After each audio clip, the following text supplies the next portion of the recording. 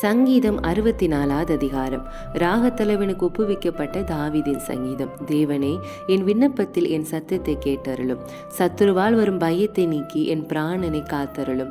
துன்மார்க்கர் செய்யும் இரகசிய ஆலோசனைக்கும் அக்கிரமக்காரருடைய கலகத்துக்கும் என்னை விலக்கி மறைத்தருளும். அவர்கள் தங்கள் நாவை பட்டயத்தைப் போல கூர்மையாக்கி மறைவுகளின் உத்தமன் மேல் ஏயும் பொருட்டு கசப்பான வார்த்தைகளாகிய தங்கள் அம்புகளை நாணேற்றுகிறார்கள். சற்றும் பயமின்றி சடுதியில் அவன் மேல் ஏய்கிறார்கள். அவர்கள் பொல்லாத காரியத்தை தங்களை உறுதிப்படுத்தி கொண்டு மறைவான கண்ணிகளை வைக்க ஆலோசனை பண்ணி அவைகளை காண்பவன் யார் என்கிறார்கள். அவர்கள் நியாயக்கேடுகளை ஆய்ந்தேடி தந்திரமான யோசனை நிறைவேறும்படி பிரயாதனம் பண்ணுகிறார்கள். அவர்களில் ஒவ்வொருவருடைய உட்கரத்தும் இருதயமும் ஆழமாய் இருக்கிறது. ஆனாலும் தேவன் அவர்கள் மேல் அம்புகளை எய்வார். சடுதியாய் அவர்கள் காயப்படுவார்கள். அவர்கள் தள்ளப்பட்டு கீழே விழும்படி அவர்கள் நாவுகளை அவர்களை கெடுக்கும். அவர்களை காண்கிற யாவரும் ஓடி போவார்கள். எல்லா மனுஷரும் பயந்து தேவனுடைய செயலை அறிவித்து அவர் கிரியையை உணர்ந்து கொள்வார்கள். நீதிமான் கர்த்தருக்குள் மகிழ்ந்து அவரை நம்புவான். செம்மையான இருதயமுள்ளவர்கள் யாவரும் மேன்மை பாராட்டுவார்கள்.